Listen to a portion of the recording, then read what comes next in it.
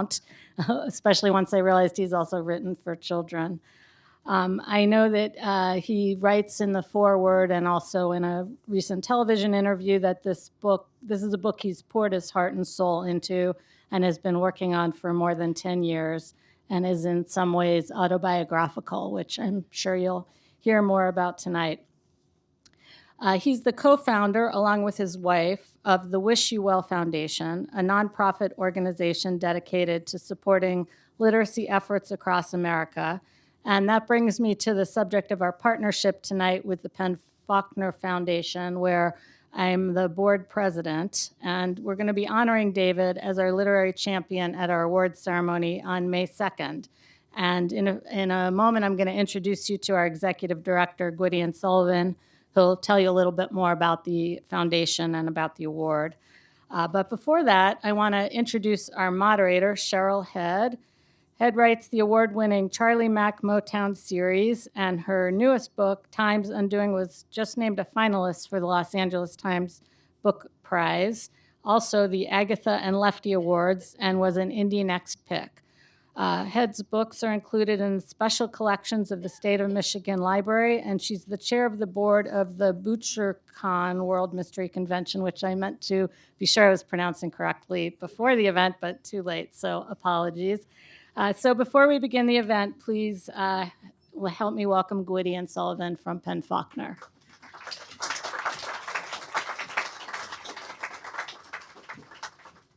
Good evening, everyone. Thank you for being here. Again, I'm Gwydion. I'm the executive director of the Faulkner Foundation. We are delighted to have Politics and Prose as one of our partners. Thank you, P&P, for having us here tonight. As many or some of you may know already, Faulkner is a national literary organization that's based here in D.C., Washington, D.C. Our mission is to champion the breadth and power of fiction. And we accomplish that in several ways. We bring free books, free author visits, and free writing instruction into the most underserved schools in D.C., the Title I and targeted assistance schools. We also host and co-host literary programs in a variety of formats just like this one. Of course, the big thing we're most well known for is giving out giant awards, including the Faulkner Award for Fiction. Susan mentioned the ceremony is actually very soon. It's May 2nd at the MLK Library. You are all invited to come. It's sort of like the Tony Awards for books, except you can buy tickets and go, which is exciting, right? There's a dozen amazing writers who you'll be hearing from, and it's a spectacular evening. It's also an opportunity for us to honor an annual Faulkner Literary Champion, and this year's honoree is, of course, our author tonight, David Baldacci. That's what makes tonight really special for me, is that I get to honor him here for a second, and then I get to do it again in 10 days or so. He's done so much to ensure that the next generation of readers has the ability to benefit from fiction. And that's a great gift. So I'm just grateful that we could be here to help celebrate him as a writer and to help celebrate his new book. So thank you all very much.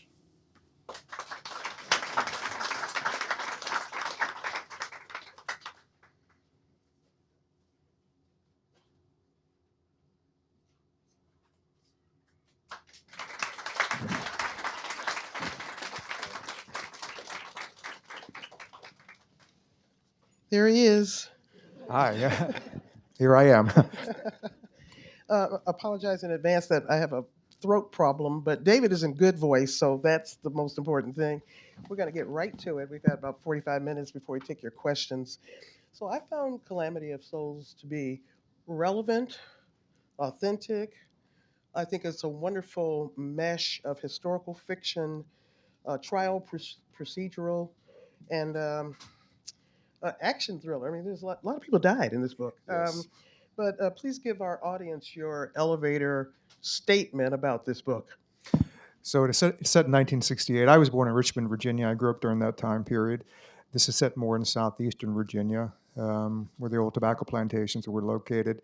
It is a courtroom drama. It opens with a young black man who's arrested for killing two elderly white people. He's found at the scene of the crime. He's arrested by police officers. He's beaten during the course of the arrest. He needs a lawyer, and he finds one, and a young white lawyer, Jack Lee, who's never tried a murder case in his life. He's a good lawyer, but he's never really worked at that level. And he's out of his depth. He's not going to be good enough for this. And it was very clear for me that I did not want to, as great a book as Mockingbird and as great a book as A Time to Kill, those books have been written, and I wanted to sort of bring my own perspective and angle onto this story. So the best lawyer by far in this novel is a black woman. Her name is Desiree DuBose, and she is the only reason they have a chance to win this case. And it's autobiographical in that it was very important for me to have those two people having to come together to work together in order to achieve a goal they both wanted. And singly, they could not have done that, which is sort of a big theme in this novel. I was the first class in Virginia to be integrated in 1972. Brown v. Board was in 1954, and the Supreme Court ordered that all southern states must integrate with all due speed. 18 years later, Virginia was the first southern state to attempt integration of the schools. And the other southern states followed at a glacial pace. In that year of my life where I was bused to an inner city school and black kids from some of the inner city schools were bused to the white suburbs, was a traumatic year for everyone involved. And I took away sort of the lesson that apparently the adults couldn't figure it out, so they let the 12-year-olds figure out how to get it done. And I've carried that with me my whole life. And this book is sort of a culmination of how and where I grew up. I grew up with lots of people who thought that separation of races is perfectly fine and should be still today. And I have to say that the only thing that saved me was the things you see on the shelves here. I went to the library every week, and I traveled the world without a plane or a passport. And we fear things that we don't know. And if we don't know something, we just assume it's bad for us. And so we build walls up to protect us from that. And we allow others to convince us that the people on the other side of the wall intend to hurt us and they're very different from us. So the way you make something that's unknown known is to face it and confront it and learn about it. And books allow you to do that. I've met far more people in books than I will ever meet in my entire life. I've traveled to countries in books that I will never travel to personally. I've gone to places that none of us can actually go, like the past and the future in a novel. And now all of a sudden, there are no more boogeymen. There are no more others. There's no one to be afraid of because we met them all through books, and we can move forward in life. And A Calamity of Souls was sort of my take on how we need to do this. I mean, look, I know we are a divided country, but let me tell you, 1968, Martin Luther King was murdered in April. Bobby Kennedy was murdered in June. We had a war in Vietnam that everybody hated. There were race riots and war riots and protests going on across the country. And we had George Wallace, a white supremacist, running for president on an open platform of white supremacy. And he would end up, and he filled venue after venue across this country, and he had thousands of people screaming his name. They loved him, and they would follow him to their deaths. And he won 10 million votes in 1968 and carried 5 states. And a lot of people thought 1968 was going to be the end of this country. And we survived. So I know it's bad now, but we can survive this too. Authors can be lucky and have a book called to them over and over again, or characters called to them. It feels like this is one of those books for you. What was the impetus to finally write it after walking around with it for a dozen years? So my wife gave me a blank page journal on Christmas Day. Do not ever give a writer a blank paper on a major holiday.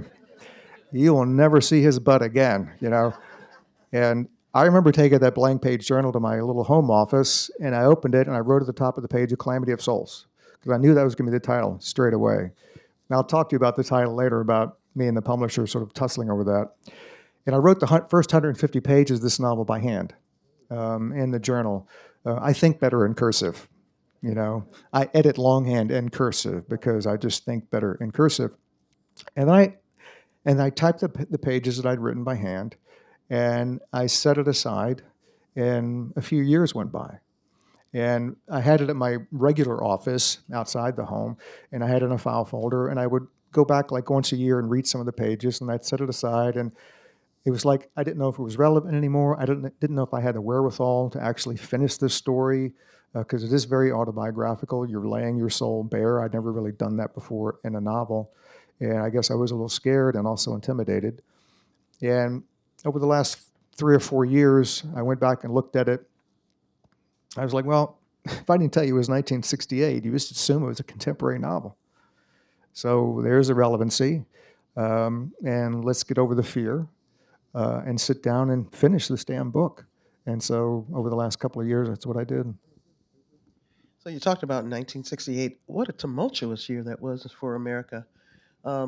Why that particular year for you in this book? Well, for me, it shows that we're an interesting country. You know, when we were founded, there were really no democracies, and everybody thought this experiment's going to last like a year if they're lucky, because the most powerful nations in the world were all autocratic nations. They were monarchies, and this self-governance. I mean, are you kidding me? How could that possibly work? You know, divine intervention. You know, divine of kings. That's what we need to rule, right? So we've been at each other's throats for 243 years.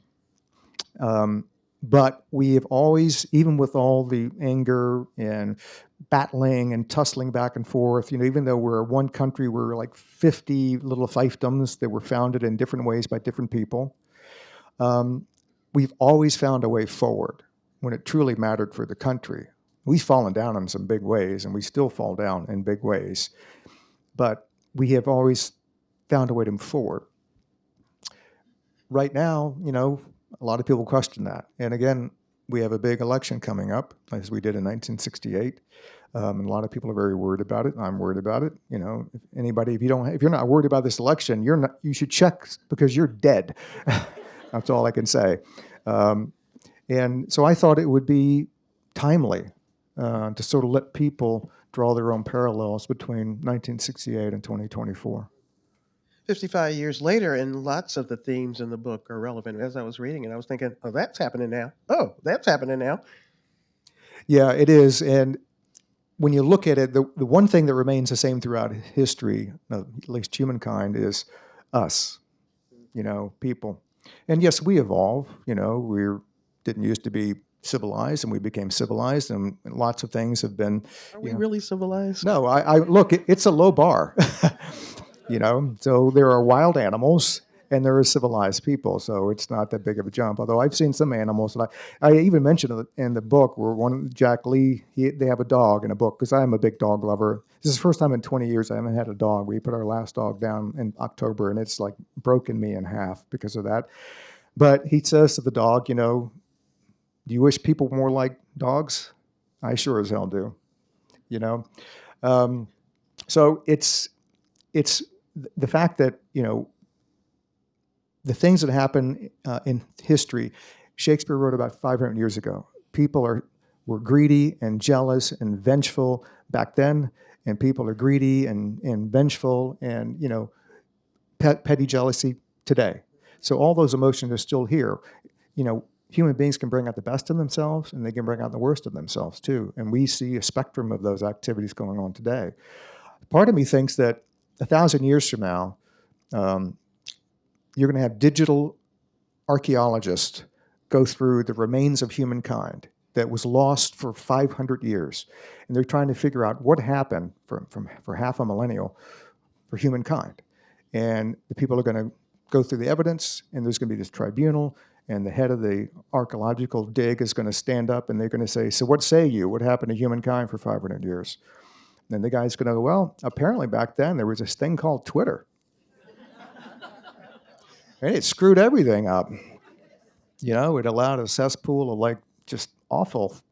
It's almost like, you know, Twitter for me is like a modern day Lord of the Flies, where you can do anything and say anything because there are no consequences. And we're wild beasts again, and the survival of the fittest in the most, you know, draconian way. So I think that's why books of this are still relevant to this day, because human beings are still in the picture. You mentioned the title, A Calamity of Souls. I really like it, but I can imagine your publisher didn't think it was such a great idea. My publisher they didn't know I was writing this book. So when I sent it up, they were surprised. And then we started the publication process. You go through lots of decision steps, covers and copyjack and lots of stuff. And they came back with me and with the words that no writer ever want to hear. And they said, we love the book, but we've focus grouped the title, and we have a lot of problems with the title. People don't know what it means, and they don't think it's a good fit. It feels like another sort of genre that we don't think goes with you. But we have a fix, because we have come up with the greatest title for this novel. And we're going to be proud to tell you what it is. And I said, and I'm on a Zoom, so I see all these people on the screen. I said, okay, well, what's the title going to be? They were like, David Baldacci, The Trial. So, So much imagination involved. yeah, in I that. mean, the creativity held me spellbound, that I could not respond for a few minutes, actually, and I had That's when it's good to have that video off button on Zoom. yes, I know. I think I coughed and turned to the side so they wouldn't see me throwing up. But so I said, okay, hang on 1 second. So I went on Amazon. I put in the trial. And I said, okay, there are 498 books with that title. And let me try a Calamity of Souls. 0. And I said, look, if you want to know what this title means, we are a calamity of souls. We are little bits of humanity pinging and ricocheting off each other at super speeds, doing damage to each other, helping each other, messing things up, confusing one another. And we're just in this universe, a calamity. I'm not saying that a calamity always has to be bad. I'm just saying that it's always moving and evolving and changing and surprising us. So that's what this book is about. It's about a bunch of souls in this novel going through a lot of stuff, and they have different reactions and different perspectives and different opinions and different way forwards. And guess what? That's our world. That's humanity. That's how we exist. So let's talk about your real protagonist. So there's 32-year-old white lawyer Jack Lee from the Richmond area. And then about a quarter of the book in, you introduce Desiree DuBose, Yes. a black civil rights lawyer who comes from that world where she's litigating all kinds of civil rights cases across the country. Tell me a little bit about them. How did you come to them? So Jack Lee is he was in the novel. He was born in the 30s, so he's in his 30s in 1968, which I'm not that old. I am old, but I'm not that old. But his childhood was my childhood. How he was raised, how I was raised, the neighborhood he was in was my neighborhood. And he was blue collar. His dad worked for a trucking firm, so did my dad. His mom was stay at home, as what my mom was. My mom was a force of nature. Hilly Lee, in this novel, is a very strong, independent woman. I have never written about damsels in distress in any of my novels for one reason. I have never met one in my entire life, quite frankly. I just never have. Maybe they're out there. I've never met them. But so for me, Jack Lee was a little bit of me. And even though I was a kid back then, I observed everything that was going around in the world. Writers have to be really good observers, and I absorbed it. I remembered it. I experienced it. I felt it, and I was immersed in it. And so I sort of saw the world the same way that Jack did. And books saved Jack Lee. He grew up reading books that made him question how this world was structured and how society was layered and the right and wrong of it. That's fine, but he never did anything about it. As a lawyer, he could have litigated cases like Desiree did. He could have run for office and changed the laws. He could have done something, but he never did. And I'm not saying that's right. It's not right, but not everybody is a hero. Not everybody is built to do things like that. That's why heroes are often rare. But it's also because his life wasn't affected by it either. I write in the author's note that I was the observer of many instances of racial hatred and bigotry and violence. I was never the target of them. And, I quoted Mark Twain, and that truly is a difference between the lightning bug and the lightning, right? I can't write from the perspective of a person who was a target, who suffered because of this, because I never did. I grew up with an ethnic last name in Richmond, Virginia. You know, I wasn't Lee, Jackson, Stewart, or Davis. You know, I had a name that nobody could pronounce. And I swear, it was crazy. When I went to interview, after I was my second year of law school, and I went to Richmond because I thought I would practice law there because that was my hometown. And I went to one of the big firms to interview, and I looked at the name of the guy that was going to interview me, and I was like, I have no chance of getting a job at this firm. So I went in and sat down across from the guy, and his name was Robert E. Lee IV. I was like, I'm screwed, you know? So he was like, so, Mr. Baldwin, why do you want to work here? I really don't, sir. I really don't want to work here. But so that, you know, so me and Jack. Now, Desiree came around because, again, I grew up with all these aunts and my own mother who could have had a much different life if she had been a man. You know, she was the youngest of 10, Southwest Virginia, born in the middle of nowhere. I brought her a story one time in 2004. She was born on a ridge in Ramsey's Ridge, Southwest Virginia, Dickinson County.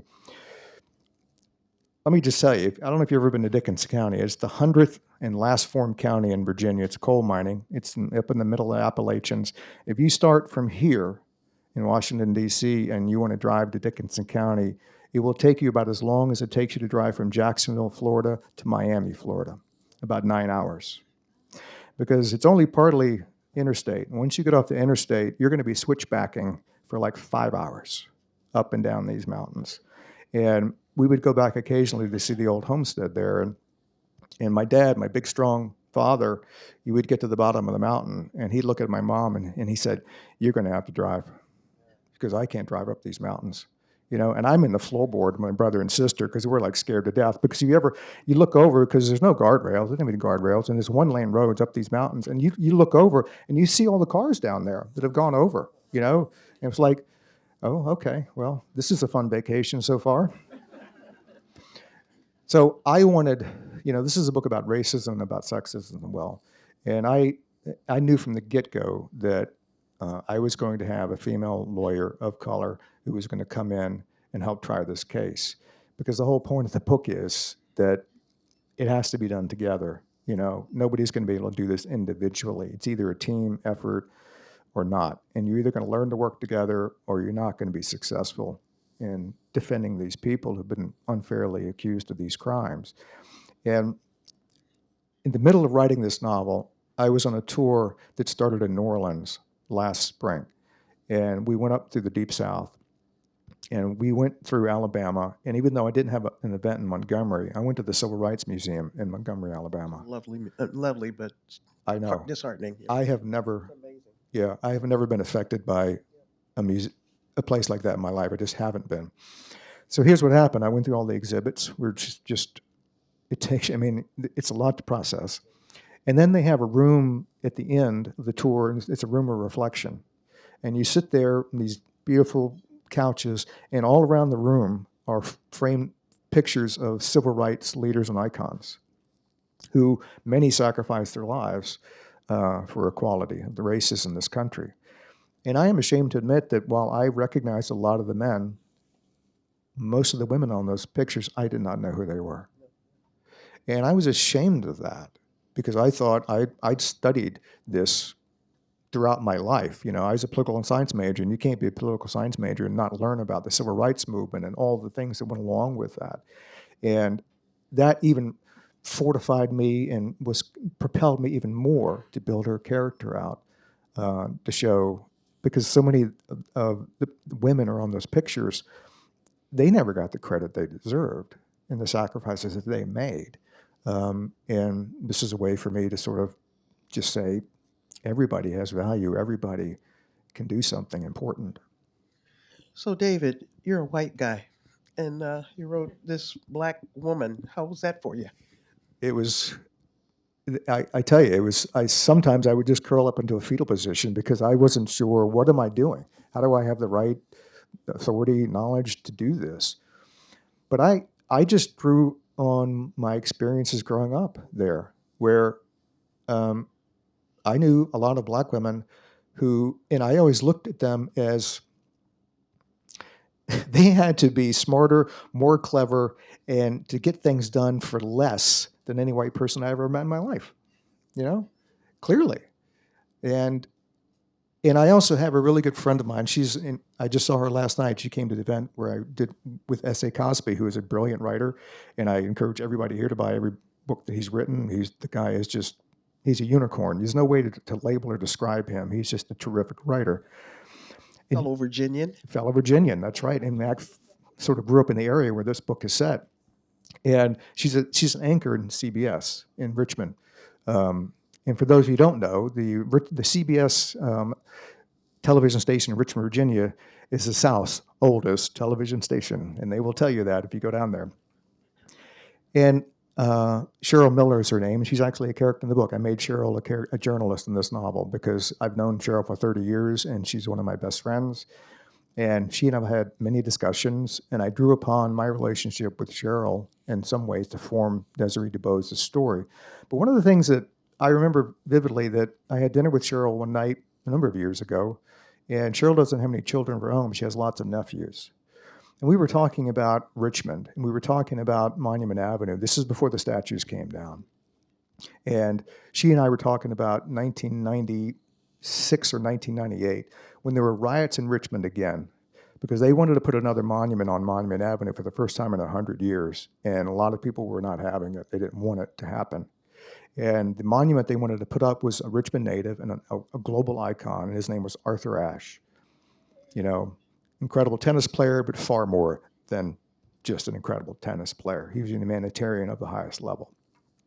And a lot of people in Richmond did not want him on the same street with Robert E. Lee and Jeb Stuart and those guys.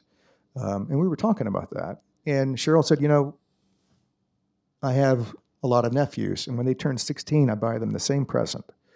Every time they turn 16.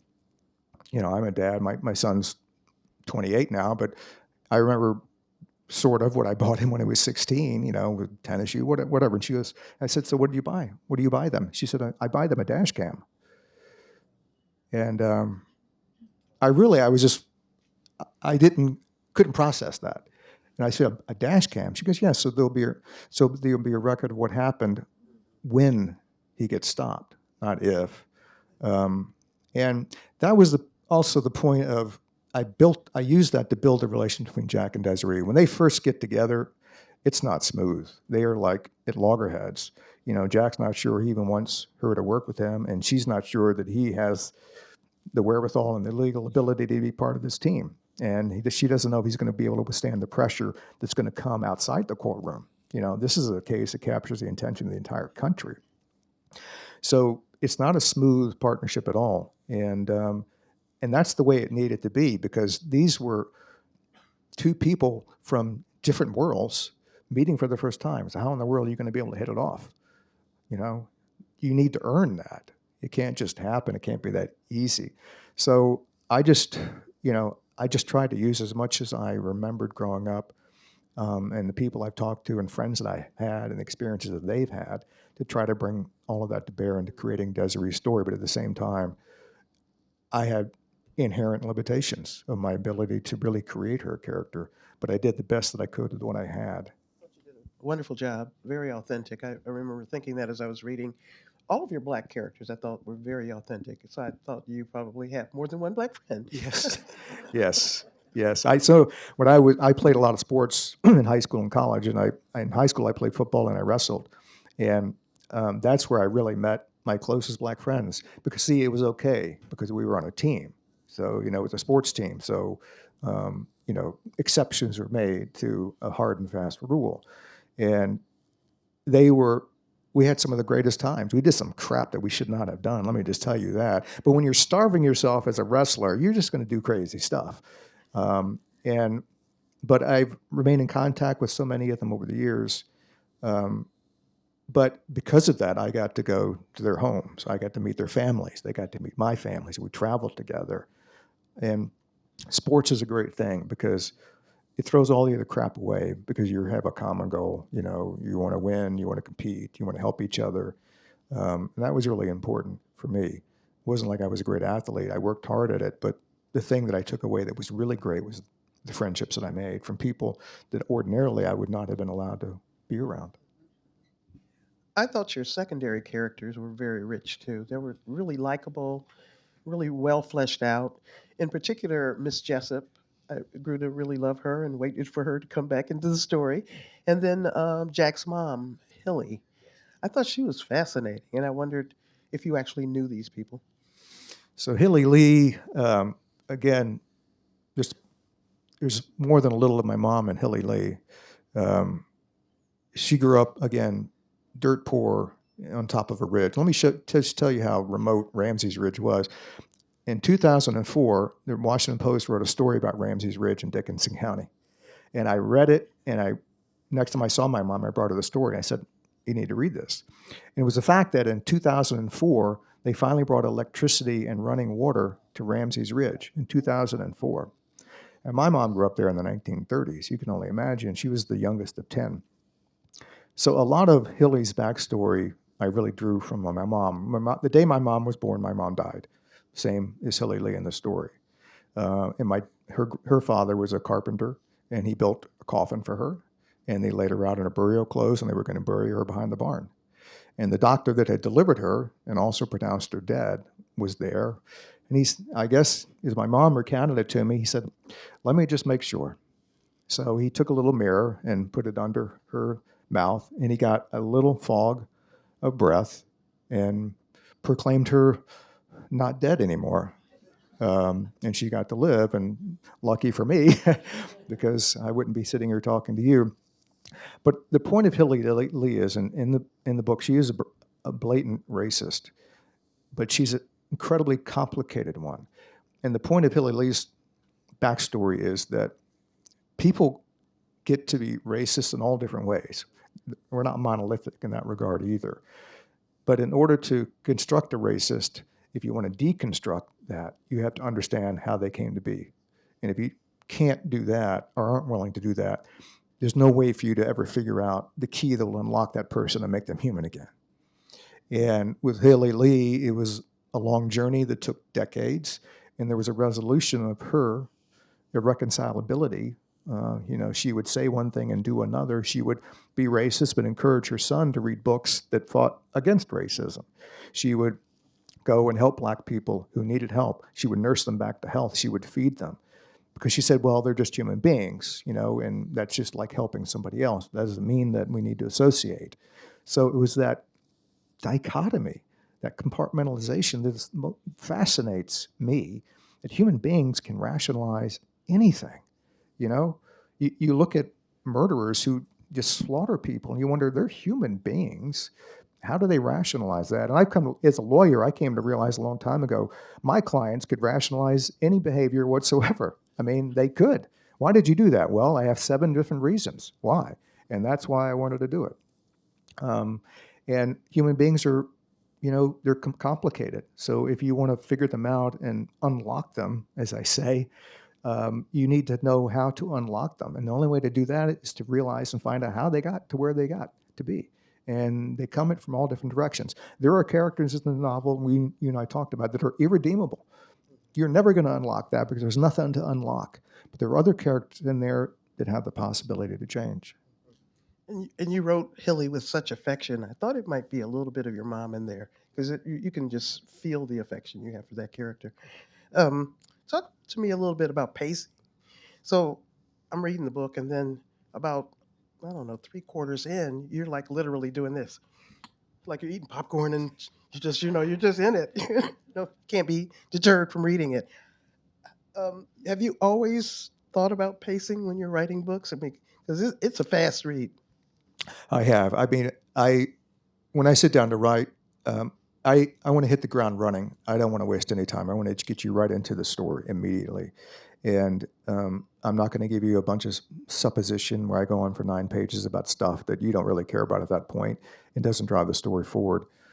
And also, as a storyteller, I never want you to assume as the reader that you're in control of my material, because you're not, So early on, I let you know we're going to hit the ground at about 145 miles an hour, and we're going to hit a curve right up ahead. and you better hang on. And if you think you know what's coming, I'm going to show you 9 different ways that you have no clue. I turned one page and I went, what? Yes. And that way, I like to read those types of books. If I feel like I'm in control of the material, it means it's predictable. And I sort of, you're kind of like, instead of like this, you're kind of like, yeah, okay, I know where it's going. I'll just lazily turn the pages to the ending I already know is coming, right? But if you can rock them from the very beginning and keep rocking them, then what's going to happen is they're going to give up all pretense of knowing what this book is about. And they're just going to hang on for dear life throughout. And in my earlier books, I admit I was verbose. I wrote, if I could have written something in 10 words, I wrote it in 100. But over the last probably a dozen years, I've used a political speech as my litmus test. Yeah. What I feel is the greatest political speech ever written, at least by an American politician, and I think probably globally too, even including Winston Churchill, was Lincoln's Gettysburg Address. Amazing. If I tell you that the Gettysburg Address is 263 words long, and it took Lincoln 2 minutes to speak it, you would probably be like, no way is that possible. Now, the congressman from Pennsylvania who spoke before him at the consecration of Gettysburg, he spoke for 2.5 hours. Raise your hand if you remember his name. Got one guy here, okay. Yes, exactly right, Congressman Everett. So you get the gold star. But the rest of you, admit it, you were clueless, right? So why? Why is it such a great speech? Because every word in that speech had earned the right to be there. So when I'm writing a story, I ask myself constantly, has that character, has that scene, has that word, has that paragraph earned the right to be in the novel? And if it doesn't give you information you need to follow the story, if it doesn't develop a character, if it doesn't move the plot forward, you have to ask yourself, why is it there? And oftentimes the answer is it's because the writer wants to hear him or herself write, So that was a beautiful sentence. Let me add 4 more, just like it, There's nothing wrong with beautiful sentences. I try to do them as well as I can, and I love to read them. But there has to be a balance between beautiful writing, which is terrific, and telling the story, which is the whole point of actually writing a novel. So I try to balance that as well as I can, and I try to be ruthless. So at the end of every book, when I'm done with it, I go back, and the only reason I edit it during that phase is to cut the living hell out of it. And if I've written 110,000 words so far, then by the end of this editing phase, I've got 90,000 words left. So 7 years ago, our fathers brought forth upon this continent a new nation. That's right. Conceived in liberty and dedicated to the proposition that all men are created equal. And this book is about that, actually. It is. I thought the themes were just so relevant. Talk to me about what you saw as the major themes. I know racism. I know, like, misogyny, maybe? Or Yes. Yeah. And also, I really put on the stand the criminal justice system as well. Until Gideon v. Wainwright, 1963, I think, there was no right to an attorney if you were arrested for a crime. So before Gideon, unless the state allowed for a public defender, and many of them didn't, if you were arrested for a crime, you had 2 choices. If you didn't have money for an attorney, you could either plead guilty or represent yourself pro se. And how many times do you think those guys won, right? And then you had a right to an attorney. But it doesn't mean that made a level playing field, because there are differences in attorneys. I always look at Sullenberger, who landed the plane in the Hudson, right? They had like 150 other pilots who tried that, and every single one of them crashed the plane, and everybody died. So it depends on who your pilot is and who your lawyer is. And I like to say there are no millionaires on death row. I wonder why that is. They got really great lawyers, that's why. So this is a book about Jerome Washington. He's a young black man. He has no money for an attorney. He doesn't understand the criminal justice system. He's totally, completely, a deer in the headlights. He doesn't know what's going to happen to him. He just knows that he's scared and he wants to get back to his family. And you have powerful interest. You have a jury that is already biased against him. All white male jury. And that's the way it would be, even though where this takes place, the county is half and half. The city where the trial is held is 85% black. But for some reason, people of color are not on the polls. for juror polls, and you get 12 angry white men basically who've already made the decision. And I'm not making this up. That's just the way it was, and in some instances still is, unfortunately. And then you have an attorney general who's been assigned to this case. It's not just the Commonwealth's attorney, it's the attorney general of Virginia, the top lawyer, who has been assigned to win this case and make sure these defendants are executed to prove not a legal point, but a political point. So it's racism that I take on, it's sexism that I take on, but it's also I take on Jim Crow, which I grew up under. And again, I'm not that old, but I remember Jim Crow. And a criminal justice system that has always been biased against people of color. And to this day. And that's a powerful thing, because in a criminal trial, they can take your life and take your freedom. And it doesn't get any more personal than that. And the fact that so many defendants go in there with, both hands and both feet tied behind their back, where you have a public defender who has 1,000 cases they're handling, and they may be really well-meaning people, but it's just it's David and Goliath. And I really wanted to show that. And I have to say, I was a trial lawyer for 10 years in this town, and it was wonderful to be back in the courtroom. And when I was writing those courtroom scenes, I was in my element. I think those scenes really roll. They do. Yeah. They're fascinating. They really are. So that's what I was trying to show. It's just unfairness across a number of spectrums. Yeah. All the nuance, I mean, you could tell you were a trial lawyer, because all the nuance in the trial, the presentation of evidence, the investigative part of it. I mean, you get into the nitty gritty of the procedure of it. I'm such a geek for that kind of stuff. I learned tortine. Is that how you pronounce it? Yeah. What the heck is that? Yeah. So the tontine it's a French, Agatha Christie wrote about that in a couple of things. So tontine is when you leave property to descendants. And it's basically survivor takes all. So it is a great incentive to bludgeon to death your brothers and sisters, because if there are 5 descendants, it's split 5 ways. If there are 4, it's split 4 ways. If there's only 1, he gets it all. So that was a tontine structure. And in this case, a hybrid tontine was employed for a plot point, an important plot point that makes sense once you understand where it came from in this novel. And I've written scripts, and I've adapted one of my own books for feature film, so I know that every scene that I write in a movie has to have at least 2 reasons to exist. Movies cost so much money that having one reason why a scene is a novel is just not enough. It's not good enough. So in a book, I always try to have every scene that I write usually has at least 2 reasons why it's in there, 2 plot points that will make sense. So you're pulling on both sides of the balloon. When you get to the end, you go, oh, it was for this and it was for that. And I get that. It's a little challenging to make that work, but at the end, I think it's really satisfying for the reader. We're going to go to audience questions, but I have one last question for you. What is your goal for this book? It's already a #1 bestseller, so beyond that.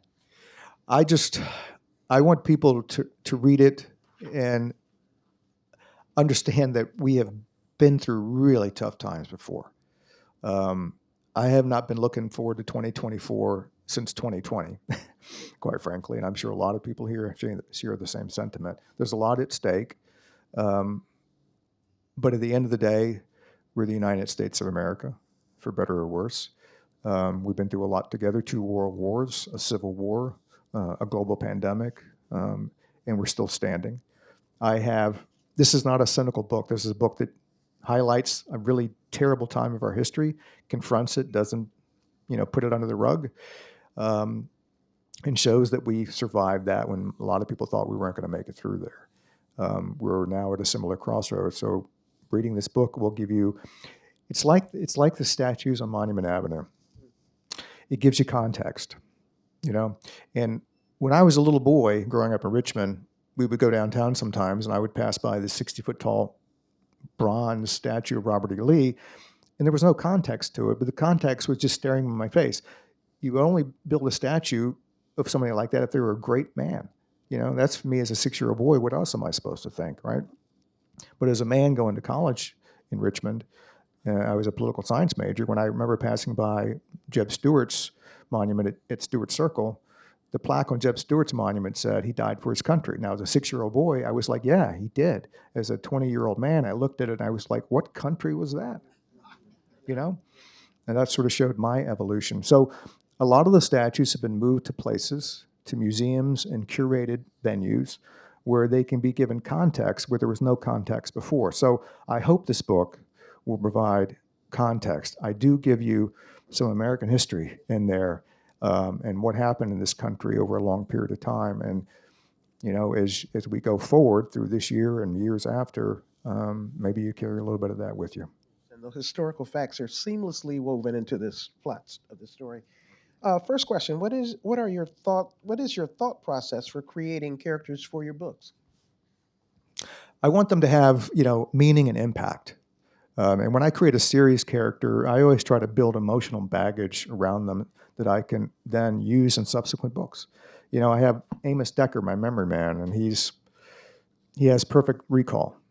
And that sounds really cool. You're never going to fail a test because you remember everything. But we all have things we'd rather forget, too. So it's an albatross around his neck. So I built his character knowing that I was going to exploit that in future books. I could use his perfect recall as a cool detective tool, but also is the source of the nightmares that he has as a person going forward. I can't forget all these terrible things. It's with me every second of every day. Time doesn't heal my wounds because for me, time stands still. And I don't want, characters to be in there just for throwaways. There has to be a reason why. They have to contribute something important, even if they're only on for a few pages. But it's all about relationships between the major characters. Because in our lives, we have relationships with people that matter to us, and sometimes they make us mad, sometimes they make us happy, sometimes they don't make us anything, but we remember those times. So when you're reading fiction, if I want to be authentic, when you're reading about real people, I have to show that same sort of give and take, those relationships between people. And then you're like, I get that because it happened to me. Like, I had the same kind of argument yesterday with somebody that I cared about. I need you to care about the characters. In order to do that, I need to build them authentically from the ground up. Your response is a nice segue to this question. My wife and I have read all the Amos Decker novels. We love them. What was the genesis of this singularly gifted character? Is another in the works? Yes, so I've got more Amos Decker coming. It's really weird. I've had a dry spell with Hollywood for like 4 years, but in the last 7 months, I've sold 4 series to Hollywood. The 620 Man to Netflix, Amos Decker to Amazon Studios, Atlee Pine to Amazon Studios, and the Camel Club to NBC Universal. So Amos Decker, I read a book called Born on a Blue Tuesday about a guy who had synesthesia, where his sensory pathways are mingled, and that's why he saw days of the week in color. So for him, Tuesday was blue. And people speculate that like Mozart and Beethoven had synesthesia, and that's why they could write music that was so powerful. They saw the notes as colors or numbers in their mind. And I thought, well, what if I have a detective who has that condition? And it's different. I haven't really read a detective like that before. I make him this big bear of a man, and he has this perfect recall. Now, you get hyperthymesia one of 2 ways. You can be born with it. The actor Mary Lou Henner from Taxi, she has hyperthymesia. She reads a script one time, and she can never forget it. Or you can have a traumatic brain injury. I would suggest the former, being born with it. The TBIs, I would stay away from those. So he was a football player in college, and he played, 1 game in the pros, and he suffered a traumatic brain injury on a kickoff where a guy leveled him and essentially killed him. But he was resuscitated, and he came back with his mind changed. Because what happens when you have a TBI, part of your brain is damaged, right? And your brain is always, I've got to keep going, I've got to move forward. It will rewire itself around the damaged areas. And in doing so, it accesses parts of our brain that we don't normally access. And part of that brain is memory. And that's where the hyperthymesia comes. It's been documented. TBIs have led to hyperthymesia in a number of people. So I thought it would be a fascinating character study to have this guy who has this great detective attribute, but also this albatross from this very same attribute. Another fan question. Total Control is one of my favorite books of all time. Would you ever write a sequel to one of your standalone novels? That's a really good question. I haven't really thought about doing that because when it was standalone, I was like, I've written everything I needed to write about those characters, and I'm going to move on. But now that you've given me the idea, absolute control. What does that? How does that sound? I may. Somebody have asked me, "Would you write a sequel to this?" Because Jack and Desiree are such great characters. Part of me is like, "Yeah," but another part of me is like, "I don't want to screw it up." You know, I've written a really good book with these characters, and what flashed in my mind. How many people here have seen the movie Chinatown? Okay, I mean, one of the best films of all time, right? Well, 25 years later, Jack Nicholson decided to do a sequel. How many people here have seen The Two Jakes? Oh, yeah. Oh, that's The worst movie ever made. I mean, even Nicholson said, I don't know what drug I was on. I took one of the greatest movies of all time and I totally trashed the sequel. So I have a great fear of that. I don't know.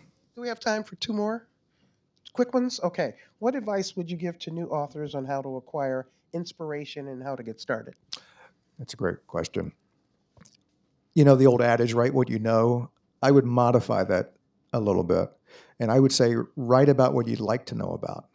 And that way, you know you're going to be interested in the material and you're going to find out more about it and you're going to immerse yourself and not get bored. And it's going to lift your prose, your characters, and your plot. Always give the example of a writer, Laura Hillenbrand. She wrote Seabiscuit, the horse. When she wrote Seabiscuit, she had chronic fatigue syndrome. She couldn't leave her home. But she was so fascinated with Seabiscuit that she managed to compile over the years every bit of research and books and writing and historical documents about this horse, everything about this horse, because she was fascinated by Seabiscuit. She wrote one of the best books I've ever read. I read Seabiscuit in like, I don't know, 7 hours. And I wanted to know more about Seabiscuit. And I'm a big Secretariat fan, by the way. When he was born, I was in Ashland last night for an event, and Secretariat was born right around Ashland. So write about something you're really interested in, because what you really need to get through this gauntlet of writing something, it's not easy to write 100,000 words. The last thing you want to do is just willy-nilly pick a subject because, hey, it's hot. You know, these romantic fantasies, romanticities, whatever it's called, they're really hot right now. You know, I can sell a bunch of books, sell the movie rights over the weekend, and quit my job on Monday, all right? The problem with that is you may not be interested in any of that. And so you're going to write about, 7 pages and go, crap, what is this? You know, I don't want to spend my time doing this. Everybody has something they're interested in. If you can find a story that comes with that interest, you're much more likely to have a full creative tank, and you're going to go and write that 100,000 words and not stop until you're done. That's the best advice I can give to anyone. Pick wisely about what you want to write about. Final question, David. As a lawyer, how did that training help you in writing fiction? You know, as a lawyer, the only arrows I had in my quiver were words. You know, I would either speak them in court or I would write them in a brief. And it became very apparent when I was still in law school, I wrote a brief because I worked for the firm that I eventually went with in my third year of law school. And they assigned me to write a brief about a case in Texas. It was a long-arm statute. Long-arm means just because a company's not in a state, that state court can still get jurisdiction if that company has enough touches in the state, enough presence in the state. That's what a long-arm statute is. The long arm of the law can reach out and grab you from Massachusetts and bring you back to Texas if you've done business there. And I wrote this brief, and I agonized over the words to use, and finally I said, it would be an injustice to allow this company from whatever state it was to flit in and out of the great state of Texas, in doing so reaping all the benefits of flitting, but having none of the consequences or responsibilities. And I agonized over that verb, flit. And I turned the brief in, and they filed it pretty much as is. And when the court order came down from the judge, he used flit in his order. And that, for me, I still remember that so vividly because words matter. And as a lawyer, me building a law case was the same as me building a story. It had characters, it had a plot, it had dialogue, I had a goal that I wanted to reach, it had a lot of research, and there were a lot of surprises, and I had to, dance left and dance right and turn quickly and look that way. Because I don't write from an outline, I never have. You're a pantser. I'm a pantser. I just let it grow organically. I've tried to do outlines, and I've end up never using them. And I'll give the example. There are 2 ways to drive a Formula One car. Learn how to drive a Formula One car. You can read a book about it, or you can drive one. And the experiences are dramatically different. I can just tell you that. So when you're writing an outline, you're like 3 layers removed from writing the actual story. And you're doing the outline, you're like, yeah, I can fix that later. I'll just, that's good enough for now. And then you get to the story and you're like, well, now what do I do? So you're immersed in the story, you're writing in the trenches, you don't have to worry about that because you're in it. You see the entire field in front of you, every single molecule of it. Your mind is moving really fast because there's nothing between you and the story. This is it. I have to make the decision about this character now, not 3 months ago in an outline. I make this decision whether he lives or dies. I'm going to be incredibly focused. It's like the difference between Tom Brady in practice, when he knows nobody's going to lay a finger on him, and Tom Brady in a game where 11 guys on the other side want to kill him. Which one do you think he's going to be more focused? Practice or a real game? So for me, writing a novel is a real game. And as a lawyer, that's what I did too. Lawyering is tough. And you get a lot of surprises, and you better think quickly on your feet and be prepared for that. So, and not only that, but lawyering made me a great business advocate for myself. And I remember my American publisher, who I've had forever, years ago, he was like, I love you. I love you like a son. You're a wonderful writer. I'm so glad we have you. But I hate the fact that you read and understand all the damn contracts. And I have rewritten all those damn contracts. And because my philosophy about books is very simple. No one should make more off of a book than the person who wrote it. Thank you. Keep that applause going. Will you join me in thanking the fabulous David Baldacci? Thank you very much. Thank you. Cheryl, thank you so much. It was wonderful.